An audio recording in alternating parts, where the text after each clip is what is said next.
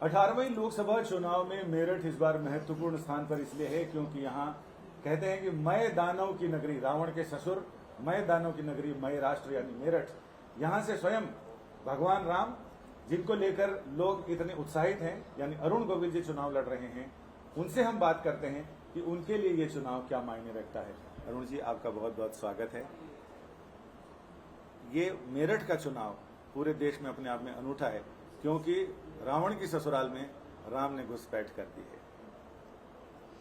आप सबको नमस्कार। पहली बात तो ये जो शब्दों का इस्तेमाल आपने किया है घुसपैठ, ये शब्द राम जी के लिए यूज़ करना अच्छी बात नहीं है। राम कभी घुसपैठ नहीं करते, वो सिर्फ कृपा करते हैं, वो सिर्फ प्यार करते हैं, वो संवेदनशील हैं, वो सेंसिटिव हैं, वो मॉरल्स हमें सिखाते हैं। जीवन में सारी चीज़ें हमें उन्होंने सिखाई हैं कि रिश्ते कैसे होने चाहिए, सामाजिक रिश्ते कैसे होते हैं, पर्सनल रिश्ते कैसे होते हैं, पारिवारिक रिश्ते कैसे होते हैं, देश कैसे होता है, राज्य कैसे चलाना चाहिए, ये सारी चीज़ें उन्होंने बताई हैं। तो वो कभी भी घुसपैठ नहीं करते। तो पिछले 37 साल से, जब से रामायण का प्रसारण हुआ और लोगों के दिलों में रामायण अभी तक बसी हुई है, 37 सालों में लोग आपको राम की छवि से निकाल नहीं पाए। आपने अपने आप को कैसे राम की छवि से अलग किया, निकाल पाए क्या? राम की जो छवि है, पहली बात तो यह है कि राम जी के जैसा होना एक मानव के लिए संभव नहीं है। तो छवि जो है वो मेरी छवि दूसरों के मन में हो सकती है ना, पर मेरी छवि मेरे मन में तो नहीं होगी। तो राम मेरे मन के अंदर हैं, तो दूसरे लोग वो नहीं निकाल पाए। वो उनकी आस्था है भगवान राम के प्रति, जिसे वो नमन करते हैं। उन्हें एक यूँ कह सकते हैं कि उन्हें एक वो आस्था, वो एक स्वरूप उन्हें मिला, जिस स्वरूप को वो नमन करते हैं। लेकिन मैं ये मानता हूँ कि ये स्वरूप को नमन नहीं है, ये अगेन उसी आस्था को नमन है। लेकिन क्योंकि एक माध्यम चाहिए होता है आस्था के लिए, तो वो माध्यम शायद उन्होंने मुझे मान लिया है। That is it. रामायण कहती है और भारतीय दर्शन कहता है कि जुड़िए अपनी जड़ों से। तो आपके लिए ये एक बार फिर मेरठ से जुड़ने का अवसर है, एक अलग ढंग से जुड़ने का अवसर है। बिल्कुल अलग ढंग से जुड़ने का अवसर है। मतलब मैं यहाँ, एज एवरीबडी नोज, मैं यहाँ पैदा हुआ, मैं यहाँ पला बढ़ा, मैंने यहाँ पढ़ाई की, मैं यहाँ जवान हुआ। तो वाकई एक अलग ढंग से इसलिए अवसर है कि यूँ तो रामायण के थ्रू हमने समाज की और इवन इंडिविजुअल्स की, उनकी भावनाओं की, उनकी मॉरल्स की, संस्कृति की अपनी बहुत सेवा की है। लेकिन ये एक डिफरेंट कलर है सेवा का, जो 1-to-1 संपर्क करके हम अपनी जन्मभूमि में जो हमारी समस्याएं हैं या लोगों की जो समस्याएं हैं, वो अगर हम दूर कर पाते हैं, उसके लिए बहुत डेफिनेटली हमें राम जी की कृपा ज़रूर चाहिए कि हमारा कर्म तो अपना होगा ही होगा। तो वो अगर हम दूर कर पाते हैं, तो वो एक इच्छा लेकर मैं यहाँ आया हूँ। तो और मुझे आई एम श्योर अबाउट इट कि जो लोगों का प्यार, सभी का, भाई बहनों का प्यार जो मुझे मिल रहा है, जो आदर वो दे रहे हैं, तो यहाँ सारी चीज़ें जो हैं वो एक समय आने पर सही दिशा में हम काम कर पाएंगे अपनी इस जगह के लिए। जब से आपके उम्मीदवारी का ऐलान हुआ है, आपके समर्थकों में तो उत्साह है, लेकिन आपके विरोधियों में भी उतना ही उत्साह है। उनका यह कहना है कि मेरठ वालों को तो पहली बार पता चला कि अरुण गोविल मेरठ के रहेंगे। चलिए, अच्छा है, वो कहते हैं कि पहली बार पता लगा, हालांकि ऐसा है नहीं, ये सत्य नहीं है। लेकिन चलिए, मैं ये कहता हूँ कि पहली बार भी अगर पता लगा है उन लोगों को, तो बहुत अच्छी बात है, पता तो लगा। दूसरा सवाल ये कि लोग, ये आशंका है उनको, हाँ, कि ऐसे भी पिछले कई नेता बने, लेकिन उसके बाद अपने चुनाव क्षेत्र को लेकर वो उदासीन ही दिखे। तो लोग कह रहे हैं कि आपके जीतने के बाद मेरठ और मुंबई के बीच की दूरी कम होगी क्या, या अरुण गोविल अपने सरनेम के मुताबिक गोविल हो जाएंगे? देखिए, डिपेंड करता है। आपने कुछ नेताओं की बात बोली है, कुछ तो ये उनके ऊपर डिपेंड करता है कि आप किस इच्छा को लेकर यहाँ इस क्षेत्र में आपने कदम रखा है। वो अगर आप क्लियर हैं उस बात के लिए, तो ठीक है। अदरवाइज मेरा ऐसा कोई मुझे यहाँ ज़बरदस्ती से कोई भेजा नहीं गया है, ठीक है। मैं अपनी इच्छा से आया हूँ यहाँ पर, क्योंकि ये मेरी जन्मभूमि है, मेरी मातृभूमि है। तो अगर मुझे ऐसा लगता है कि मेरी माँ, जैसे माँ अपनी ममता से किसी को बुलाती है, उसी तरह से मैं यहाँ आया हूँ। और गोविल का जहाँ तक सवाल है, तो मैं आज तक मैंने जितने भी काम किए हैं, मैं वहाँ से कहीं भी अपना कोई काम अधूरा छोड़कर मैंने ज़िंदगी में जो भी मैंने ज़िंदगी जी है उसमें कहीं भी मैंने ऐसा नहीं हुआ कि मैं कुछ चीज़ों से घबरा कर या किसी ज़बरदस्ती इच्छा से आया था और मैंने वहाँ से हट गया। मेरी ज़िंदगी में कभी हुआ नहीं है। तो यहाँ भी क्यों होगा मुझे पता नहीं, होगा नहीं, होगा होने का कोई मतलब ही नहीं है बिल्कुल। आपकी छवि लोगों में मर्यादा पुरुषोत्तम राम की है, और सियासत कहते हैं, सियासत और मोहब्बत में सब कुछ चलता है, सारी मर्यादाएं बदलती हैं, बंद होती हैं, भंग होती हैं, तो इसको आप कैसे एडजस्ट करेंगे? क्योंकि मुझे एडजस्ट करने की ज़रूरत इसलिए नहीं है क्योंकि मैं यहाँ सियासत करने नहीं आया, समझे ना? मैं यहाँ, मुझे राम जी ने एक सेवा दी है तो मैं यहाँ वही करने आया हूँ बस। मेरे पास बांटने के लिए प्यार है, मेरे पास बांटने के लिए संवेदनशीलता है, मैं सेंसिटिव इंसान हूँ, मेरे पास मॉरल्स हैं, मैं वो सिखाऊंगा ना उनको, वो दूंगा उनको। और मैं ये मानता हूँ कि अगर आप किसी को प्यार देते हैं तो आपको वापसी में प्यार ही मिलता है। ऐसा कभी नहीं होता कि आप किसी को प्यार दें और वो आदमी आपको गाली देकर निकल जाए, नहीं, कभी नहीं होता। जब भी आदमी बात करेंगे आपसे तो रामायण से आपको जरूर जोड़ते हैं। 37 सालों में पता नहीं कितने राजनीतिक दलों ने कितनी बार आपको अप्रोच किया कि आप राजनीति में आइए, कभी कांग्रेस से नजदीकियां भी आपकी हुई, लेकिन कब आपको लगा कि अब मुझे ये काम भी करना चाहिए जो जिसके लिए मुझे ऊपर से और मतलब कहें तो आपको आध्यात्मिक रूप से अंदर से फील हुआ कि अब मुझे राजनीति में लोगों के साथ जुड़ना चाहिए और अपने क्षेत्र के लिए, अपनी जन्मभूमि के लिए कार्य करना चाहिए? ये शुरुआत हुई है, आप यूँ कह सकते हैं, राम मंदिर के बनने से। अच्छा। हालांकि दोनों का कोई मेल नहीं हो रहा, रामलला की प्राण प्रतिष्ठा और मेरा यहाँ आना, दोनों का कोई मेल नहीं है। लेकिन एज यू सेड इट कि समय अपने आप सब कुछ करा लेता है, हमारा मन भी बदल देता है। कहते हैं हमारा भाग्य हमारे कर्म बदल देता है और हमारे कर्म हमारे भाग्य बदल देते हैं, है ना? उसी तरह कर्म जब हम करते हैं तो हमारी सोच पहले चेंज होती है, तब हम कर्म अपने चेंज करते हैं।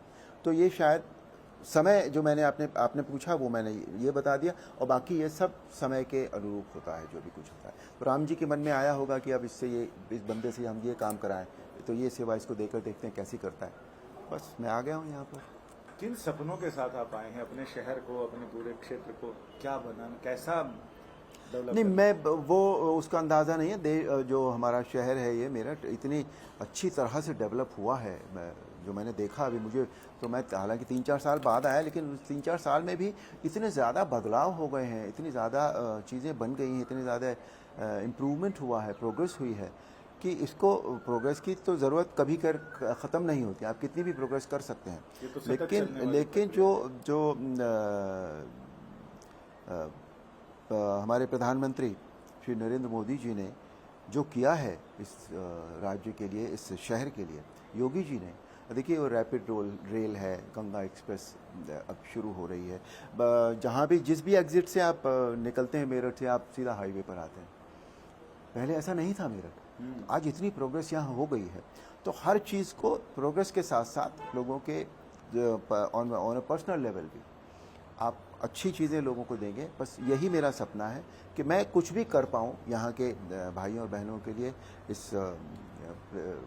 शहर के लिए, तो ये मेरा सौभाग्य होगा। आपको लगता है बाकी उम्मीदवारों से आपकी स्थिति अच्छी होगी, बाकी लोग हाथ जोड़कर आशीर्वाद मांगते हैं और लोग आपके पांव छू के आपको वोट देने आएंगे?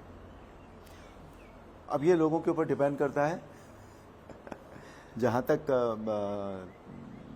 दिखाई देता है वहाँ तक यही है कि लोगों के मन में बहुत प्यार है मेरे लिए, बहुत इज्जत है, and I am sure everything will go well. Ram ji ने भी कहा था कि शत्रु को कभी कम करके नहीं आंकना चाहिए, तो आपके लिए चुनौतियां क्या क्या लग रही हैं इसमें? नहीं, मैंने एज आई सेड इट कि मैं यहाँ किसी रण में नहीं आया हूँ, मैं किसी लड़ाई में भी यहाँ नहीं आया हूँ। मैं एक अच्छा काम करने आया हूँ और एंड आई एम श्योर कि मैं यहाँ के लोगों के विश्वास पर खरा उतरूंगा। जनता आपसे, जब आप वोट मांगने जाएंगे, जनता आपसे ये पूछेगी कि आपके मन में क्या है, आप क्या क्या करना चाहते हैं, आप किस उद्देश्य को लेकर आए, तो वहाँ आपको लगता है कि कुछ कंक्रीट गिनाने के लिए क्या होगा आपके पास? नहीं, कंक्रीट गिनाने के लिए तो देखिए, आप कंक्रीट तब गिना सकते हैं कि पहले मैं वहाँ पहुँच जाऊँगा। जब मैं वहाँ पहुँच जाऊँगा तब मैं फिर अपनी स्ट्रैटेजी डिसाइड करूँगा, तब इस सारी चीज़ों के बारे में पता लगेगा मुझे। ठीक है, अगर मैं यहाँ पिछले मतलब जब से मैं पैदा हुआ तब से मैं यहीं होता तो मुझे यहाँ की सारी चीज़, एक एक चीज़ भी पता होती बिल्कुल। ठीक है ना, लेकिन अभी उस तरह से तो नहीं है। तो इसलिए जब मैं वहाँ पहुँच जाऊँगा तो फिर हम स्ट्रैटेजी एक बनाएंगे कि किस किस चीज़ की कहाँ कहाँ किस किस एरिया में क्या क्या प्रॉब्लम्स हैं, कौन से क्षेत्र में कौन सी दिशा में क्या प्रॉब्लम है, देन उन प्रॉब्लम को हम मिलकर सॉल्व करेंगे। अभी अगले 25 दिनों में चुनौतियां कौन कौन सी लग रही हैं जिनको आपको प्रायोरिटी पे सॉल्व करना है? सर मैं किसी चीज़ को चुनौती मानकर नहीं चला, मैं सब लोगों से मिल रहा हूँ, दैट्स इट। बाकी सब उनके ऊपर है ना, आई एम श्योर जितना वो प्यार मुझे दे रहे हैं there should not be any problem. आपके नाम के ऐलान के साथ ही, उम्मीदवारी के ऐलान के साथ ही विपक्षियों में बड़ा हड़कंप सा है। कोई उम्मीदवार बदल रहे हैं, कोई कुछ बदल रहे हैं, कई लोग इधर से एरिया बदल रहे हैं, कुछ प्रोफेशन, क्या इसको क्या मानते? नहीं, इसको मैं कुछ नहीं मानता। मैंने आपको बताया मैं अपना, ना मेरे लिए कोई चुनौती है, ना मैं कोई कंपैरिजन कर रहा हूँ, ना मैं कोई यहाँ रण लड़ने आया हूँ। मैं यहाँ आया हूँ इस चुनाव के लिए एंड आई एम श्योर कि सब कुछ अच्छा होगा। प्रधानमंत्री जी अपने चुनाव अभियान की शुरुआत मेरठ से कर रहे हैं। देखिए कितना इम्पोर्टेंट जगह है ये, इस जगह की वैल्यू देखिए आप चुनावी क्षेत्र में इसकी वैल्यू देखिए इस जगह की, और क्रांति की भूमि रही है। और ये इसे अब मोदी जी का आना और उनका काम करना ये हमारे देश के लिए क्रांति से कम नहीं है, बहुत ज़्यादा है। बल्कि आज जितना काम उन्होंने पिछले 10 साल में कर दिया, मुझे लगता है कि दूसरे लोग शायद 100 साल में भी ना कर पाते इतना। जितना काम हमारे मुख्यमंत्री जी ने, योगी जी महाराज जी ने कर दिया है, वो आसान काम नहीं है। और ये इन दोनों का जो कॉम्बिनेशन है इस प्रदेश के लिए, दैट्स अद्भुत है, वो अनोखा है कॉम्बिनेशन। आपके व्यक्तित्व को देख के और बातचीत को देख के लगता है कि एक जो नई क्रांति की आप बात कर रहे हैं तो बड़ी शांति और प्रेम और सद्भाव के साथ वाली क्रांति लगती है। 1857 क्या जरूरी थोड़ी नहीं, ये समय के ऊपर डिपेंड करता है कि हम किस चीज के लिए क्रांति कर रहे हैं, है ना। उस वक्त हम आज़ादी के लिए क्रांति कर रहे थे, वो उस क्रांति का फल हमें मिल गया, हम आज़ाद हैं। अब हमें अपने आप को बनाना है, और बनाने के लिए किसी भी चीज़ को पॉजिटिविटी बहुत ज़रूरी होती है। आप नेगेटिव थॉट्स के साथ किसी भी चीज़ को नहीं बना सकते। आपको पॉजिटिव होना पड़ेगा, आपको सबका साथ लेना पड़ेगा, तब आप बना पाएंगे, तब विकास होगा। आपको विरासत जो हमारी है उसको साथ लेकर चलना पड़ेगा, तब विकास होगा। ऐसा नहीं होता कि हम अपनी विरासत छोड़ दें और सिर्फ विकास, हम जो मॉडर्न विकास है वो हम करते चले जाएं, ना, वो नहीं होता, वो अपने आप में संपूर्ण नहीं होता। ये 22 जनवरी का असर, यानी राम जन्मभूमि का जो लोकार्पण हुआ और वहाँ प्राण प्रतिष्ठा हुई, उसका असर आपके चुनाव प्रचार पे, चुनाव पे कितना दिखाई दे रहा है? क्योंकि 3 चीजों का कॉम्बिनेशन एक साथ है। देखिए इस समय पूरा देश राममय है। एक जो पॉजिटिव ऊर्जा है, जो ऊर्जा है वो हमारे पूरे देश में है इस समय। तो मैं ये मान सकता हूँ कि देश इस वक्त बहुत अच्छा, जो भी गतिविधि हो रही है देश में वो बहुत पॉजिटिव है, और पॉजिटिविटी जो होती है वो हमेशा एक अच्छा फल ज़रूर देती है। आपका बहुत बहुत शुक्रिया, आपने हमारे दर्शकों के साथ अपनी बातें साझा की और ये बताया।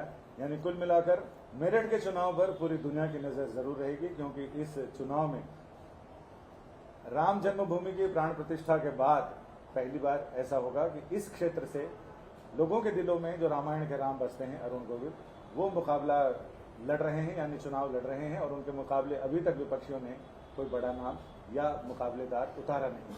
यानी यहाँ प्रधानमंत्री अपनी रैली से पूरे देश के चुनावी अभियान की शुरुआत कर रहे हैं।